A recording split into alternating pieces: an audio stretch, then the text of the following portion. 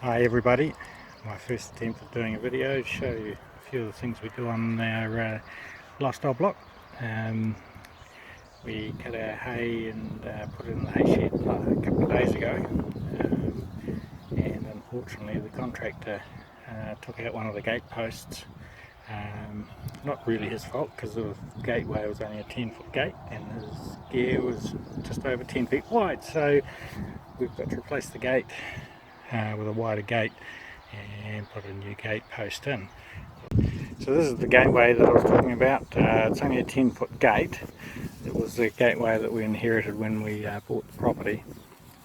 There's a water race here that for those who don't understand or don't know, here we have these water race systems. They're for totally for stock water. So they're fed from the river way up the line there somewhere and run through our property and carry on down through a whole heap of other properties as well until it gets to a point where it runs out.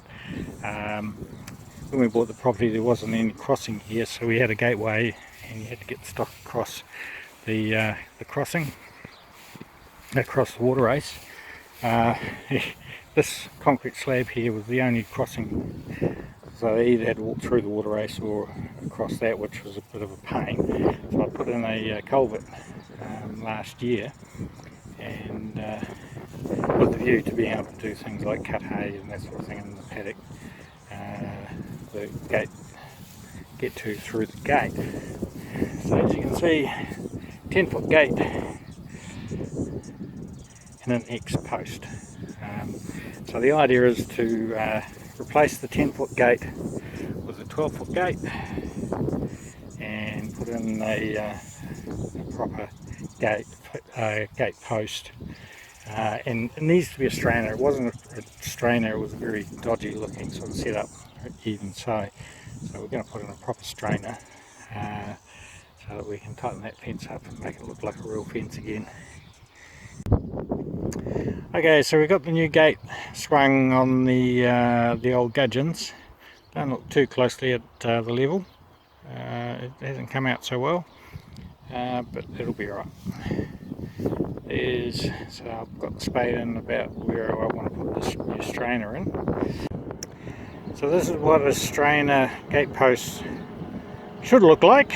That's what we're aiming for. So you've got the stay, which is the post that's on the angle there. That takes the pressure of the that goes onto the strainer when you tighten up the wires on the fence.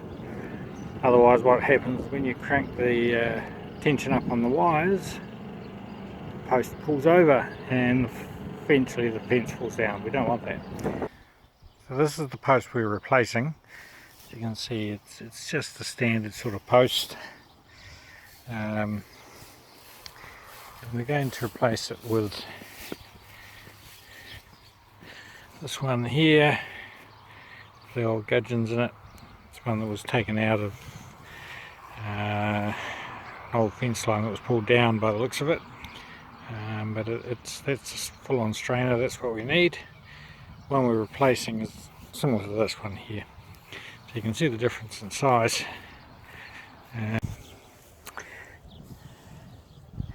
As I said earlier, very stony ground.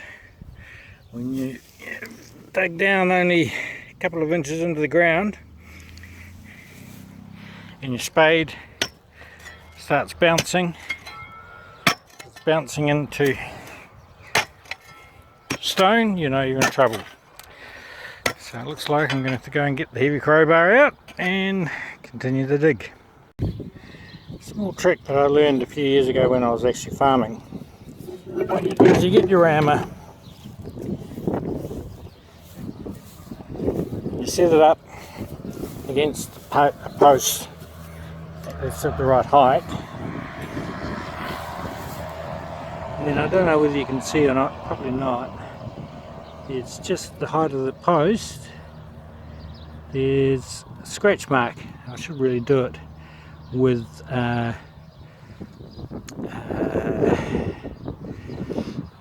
what do you call it, hacksaw. What you should do is probably mark it with a hacksaw. That's something I've got to do now. I've actually found one that I had stored away so that it's easy to see. You come back to your post you're putting in the ground.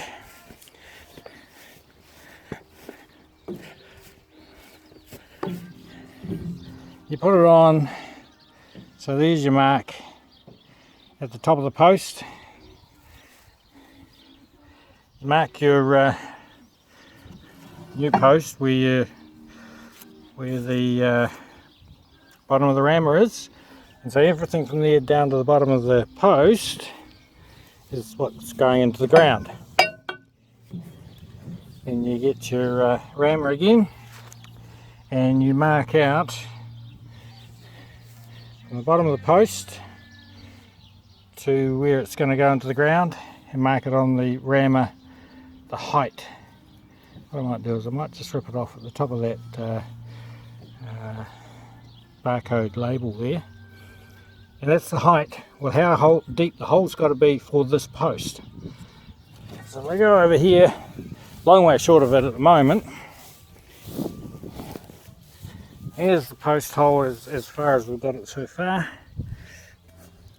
and it's dry. You can see how much moisture there is in the hole. None. So we've got no moisture in the ground at the moment at all. So it's not surprising that we're starting to look a bit dry. Drop the rammer into the ground at the bottom of the hole, and that top of that barcode label there should be in line with the top of the hole. So we've got another, I don't know, 1.5 foot, whatever that is in centimetres, to go. So we've got a fair bit to dig yet.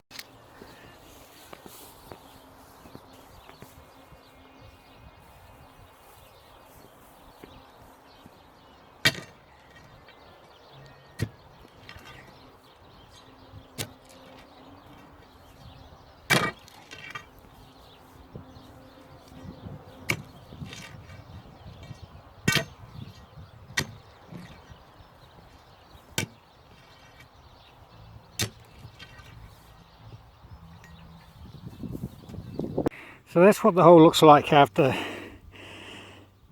digging down with the crowbar from a clean hole. I've probably gone down another 5-6 inches, 150 mils, as you can see. Not a lot of dirt, it's all stones. Okay, so we're now about the right depth. See here's the barcode sticker, which is about the right sort of depth. So given how hard it is to dig, I've had enough digging. I think we're deep enough. And you can see there plenty of boulders and so on, and it makes the stuff come out of the hole. So it's not fun digging, but needs must. Time to put the post in. So there we are, we've got the post in the hole. It's not bad, a little bit high, but probably wouldn't hurt to actually trim the top of the post anyway. It's getting a bit old. A couple of things to bear in mind when you're putting the post in. If you look down the fence line, the line of the wires should line up with the middle of the post. So we should be coming through around about here on the post, so it's in about the right spot. The reason for that is when you tie off on a strainer, the wires come off the middle of the post so that the strain is on the middle of the post.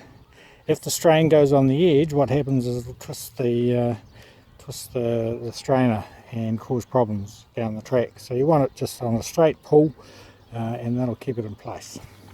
The other thing, sneaky thing that you need to bear in mind is when you put in the post, when you're finished ramming it into place so it's all in place, you want just a fraction of a bend backwards away from the line of the fence being down that direction, you want it just leaning backwards just a fraction, because as the pressure comes on, what will happen is as you strain the wires up, the post will get pulled forward. So if you've got a bit of backward lean on it, when you finish straining everything up with the stay in place and that sort of thing, it should all just come up so it's nice and vertical. Well, that's the plan. We'll see how we go. Cheers. Oh, and the other thing to bear in mind when you're putting in a post, to make sure that the post is nice and firm and steady, solid when you're finished, when you're ramming the post, you need to ram it hard right from the outset, so that the bottom is all firm as well. Otherwise, what will happen is if you just got it tight on the top, it's loose at the bottom, it'll still be loose in the ground. Often with strainers, what people will do is on the far side of the post on the foot, they'll put what they call a footer, which is basically a cross piece that goes across the bottom of the post, and that stops the bottom kicking out, because when you've got the stay in place there, the post has got tendencies to go like that. I'm not going to bother with that here because A, we've got fairly stony ground, so that help, and B, it's not a big fence, so I think we'll be okay without a footer. Cows are inquisitive critters, aren't you, Daisy? Love to come and check out what's going on. Hey, Daisy. Still love your scratches though, don't you? Eh?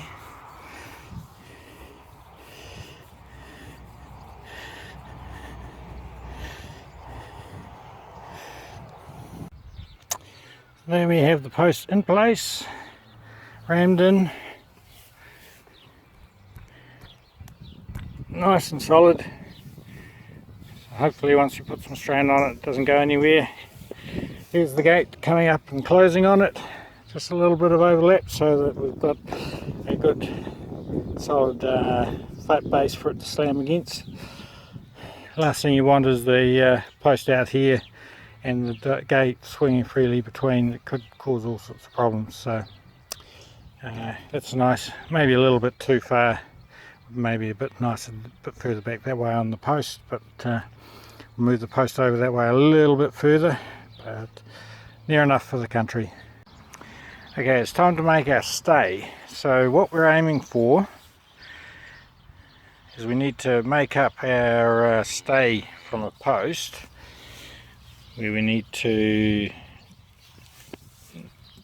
cut it on a bit of an angle so it narrows down the tip, so it'll fit in within the strainer. This is just an ordinary post, so it's got to be quite narrow.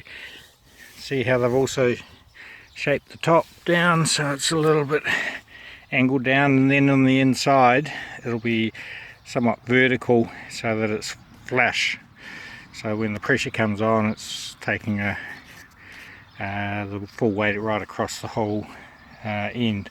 So that's what we've got to do. Break out the chainsaw time,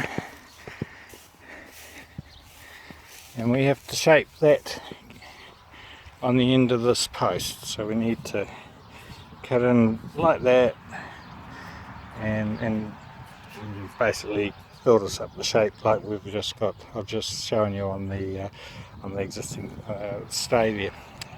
So we'll hook into it and we'll see how we go. Okay, so you can see there we've cut the angles there. Now we just need to cut off the top, cut it so that on the angle that we have a line that's vertical down there. Okay, so there is the top end of the stay pretty much in shape. Put it in place and get ready to chisel the hole in the strainer. Okay, so there's the stay basically in the position it needs to be. It should be over halfway up the post, otherwise what will happen is when the strain comes on it'll lever out. So by being above halfway stops the post levering out. Basically a physics thing. So now what we need to do is we need to chisel into the strainer there a hole that will take the shape of the stay post. So as you can see, if it was a bit skinnier it would be a smaller hole, but that's okay, we'll just do what we have to do. Okay, so there's the stay pretty much in the right spot.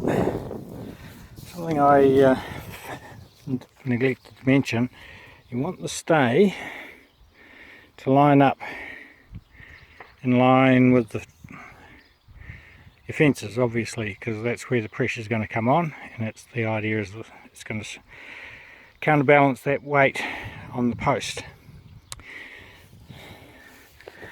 So with the chisel, what I've done is I have chiseled out a hole that's sort of the right shape and size to take the end of the stay. Slide it back into place.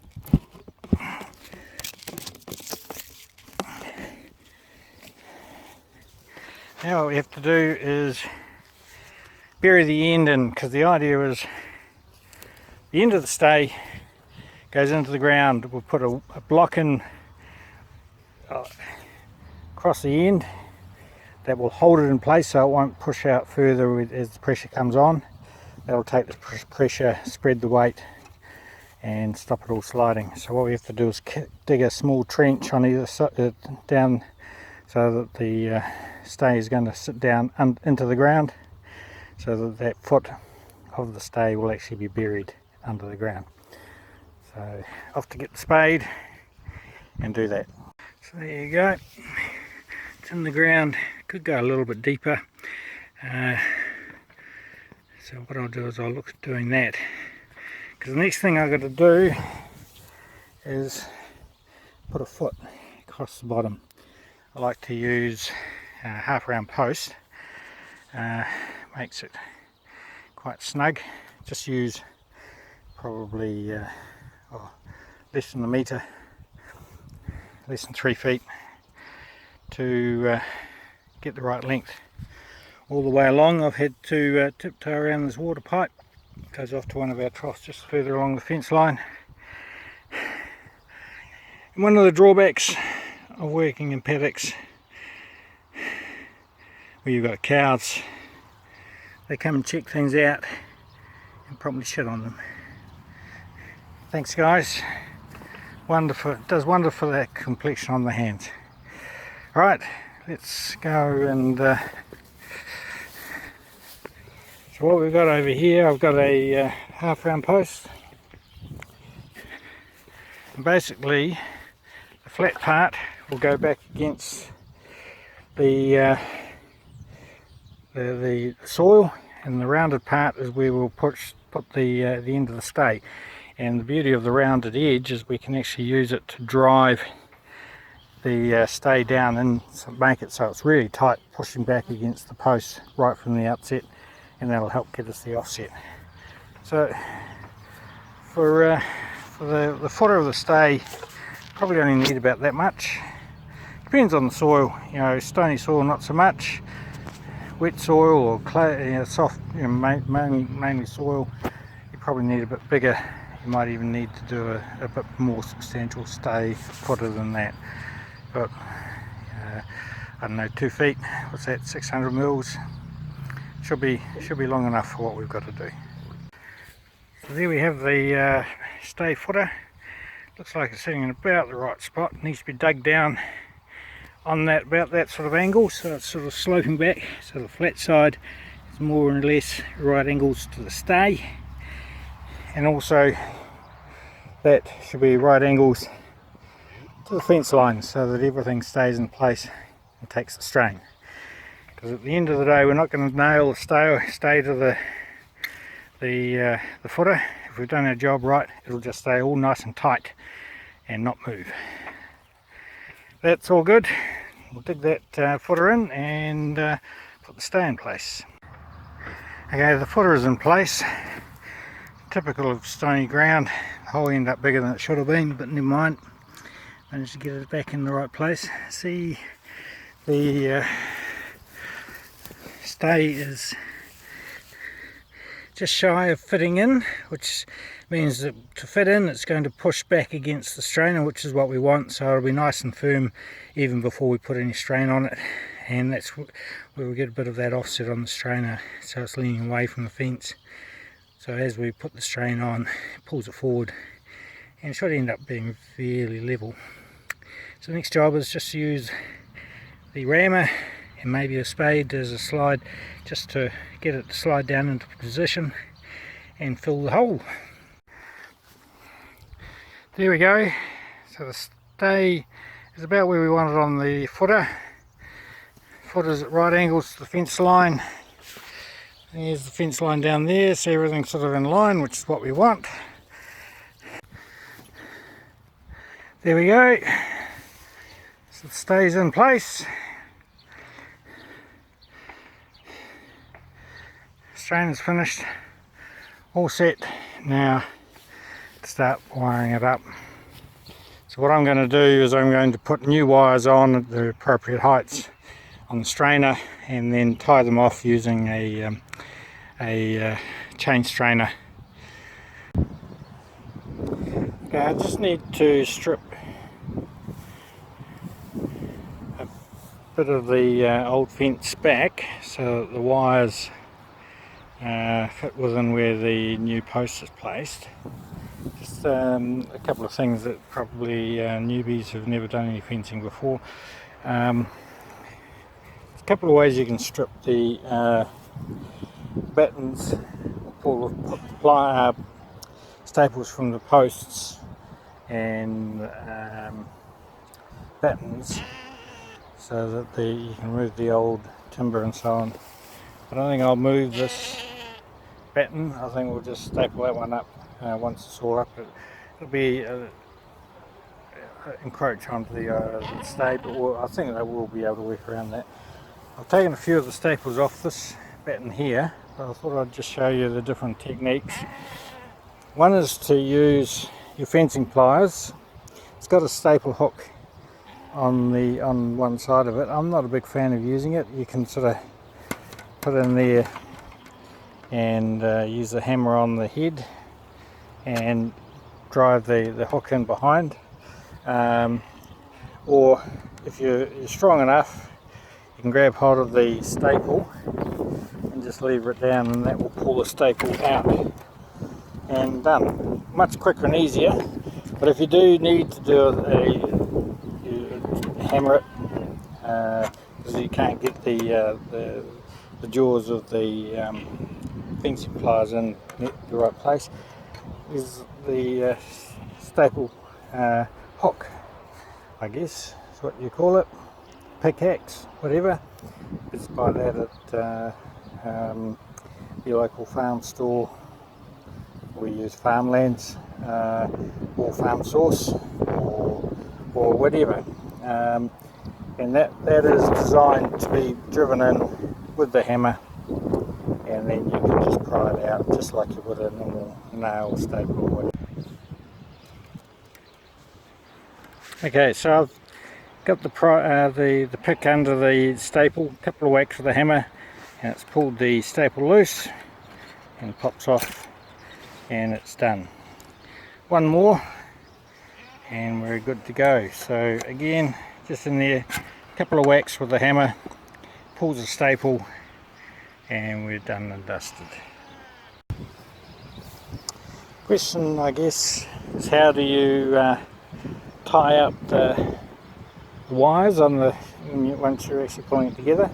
One option is you can go down the track of one of these where you tie one end and then you wind the wire onto the reel, and that's spring loaded, so it will tighten up. And the beauty of it is that you can go back and you can use the handle to tighten it up once as things dry out. Things tend to go a bit slacker, so you can tighten it up just on the fly as you need to. As you see on this fence here, hot wire along the top. The idea of that is to stop the cows leaning over the fence, getting at the nice fresh grass on the other side. You can see here on the end, I've actually used one of those wire tensioners, and it's got an insulator on the back. So on this side of the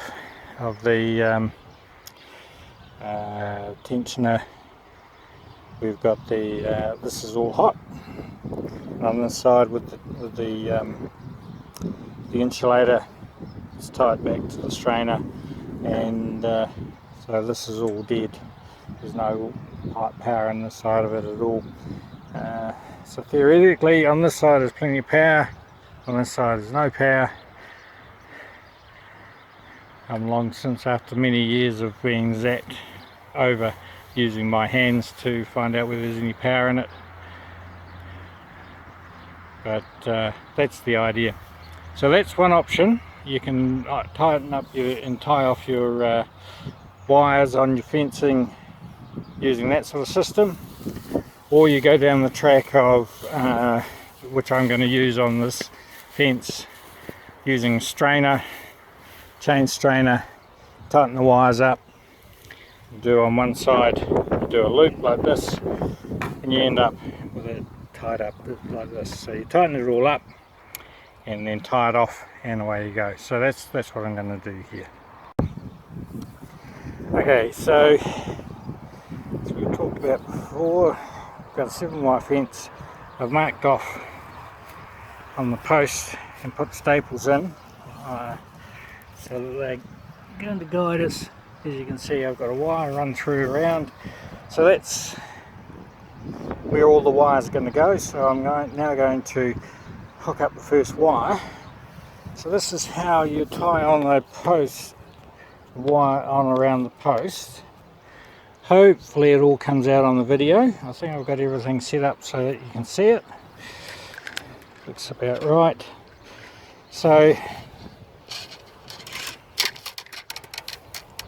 I'm using number 8 wire to tie it off. You can use high tensile if you want. Number 8 wire I like to use for this sort of thing because it's being mild steel, it's easier to bend.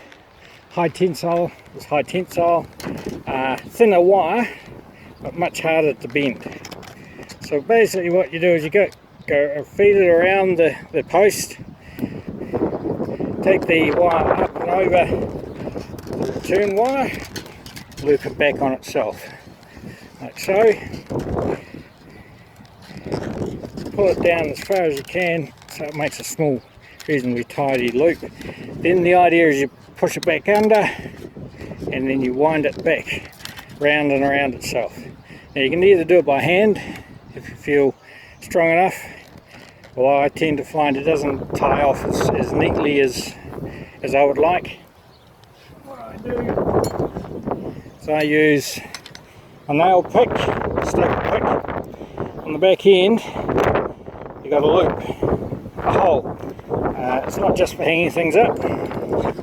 Slide it down the loose end of the wire and then use it to tie it off. Now before we go too far, because once we've tied it off, as far as we can on the post, and I've already tied it off a bit too far.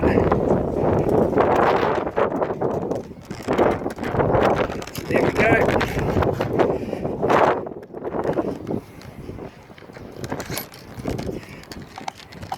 Round, around, do as many times as you like. It's probably enough. Each their own. Getting it back a little bit so it's not too poking out too far. And then wire cutters, cut it off.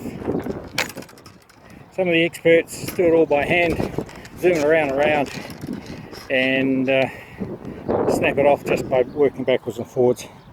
That's not me, I don't do it enough. Okay, so you can see there, to do this first wire, the wire is still on the coil. I did that deliberately because I didn't know how long I wanted to make the wire. So So what we need to do is now work out how long the wire needs to be. Okay, so that one's going to tie off about there. Where are we? There we are. So by the time it's strained up, if I come down around about here somewhere, they'll give us enough length to be able to do what we need to do, and we're as good as gold. So now it's time to put the strainer on. Okay, so here we have our chain strainer, one side of it. There's the chain clamp the other side. So now what I need to do is mount clamp on the strainer on this side, put the clamp on the other side, put the chain through, and then strain it up. Okay, just a quick demo. The way these chain strainers work is you've got a clamp. Don't know whether you can see it. As it straightens out, it tightens up, and press it in, and it opens it up. So the idea is that you then can take the wire, you open up the clamp, put the wire in there, and when the clamp pulls it tight. Have it there, whoop, have it there. So theory being, when we pull on the chain, tightens on the wire, we'll now be able to hook that chain onto the strainer and tighten it all up, and then we'll have our first wire in place. Okay, so there's the strainer in place. So basically the job is just a matter of working its way forward, and those clamps step their way up the chain.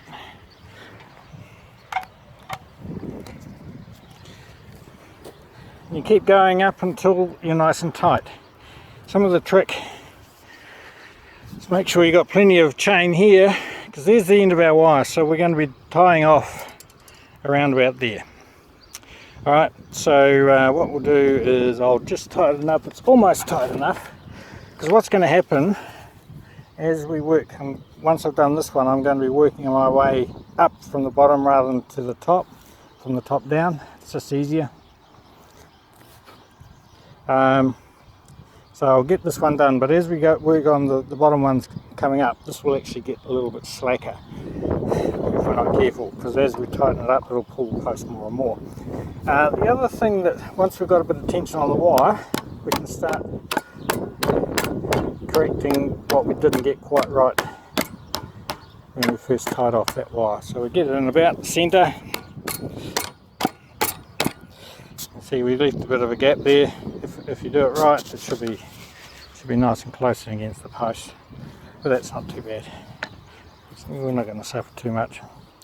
So now the job is to tie it off, and we'll see how we go. Okay, so I'll go one more. See what we might do.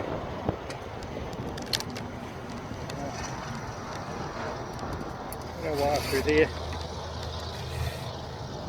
Tighten it up.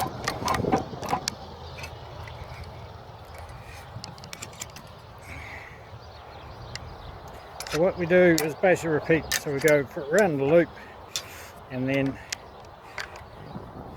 round and round and round. Cut a bit of length off that wire because it's just a bit too long.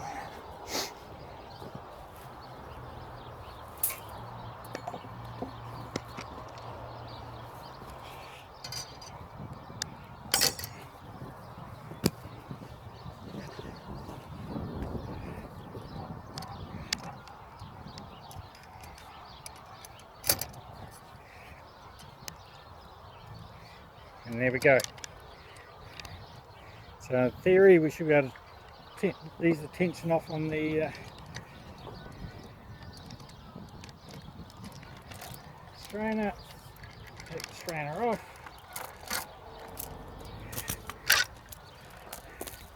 First wire's done. Now,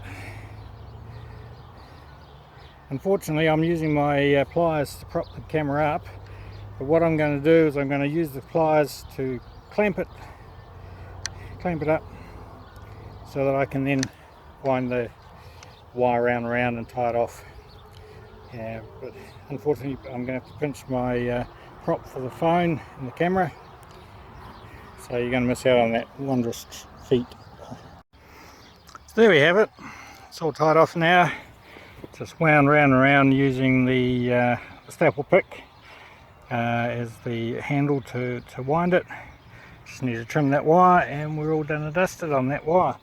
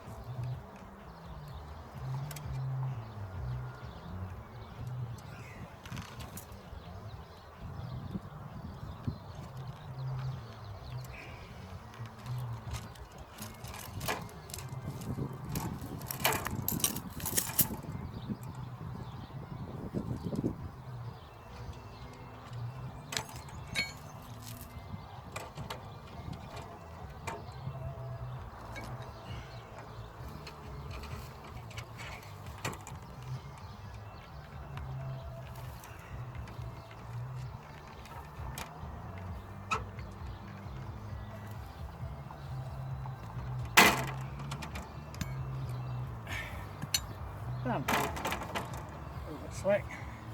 Near enough. There we go, one finished strainer post. All the wires done. Had to restaple a few of the wires on the fence. The staples are pulled out. This batten I had to trim off because it was just going to get in the way on the stay, so that's all good. Because the stay was in the way, this one here had to come out a bit longer. That's all pretty straightforward. Don't look too close at how tense that tight it is. It's tight enough. It is an old fence. And with only one strainer, it's to get everything tight all in one go.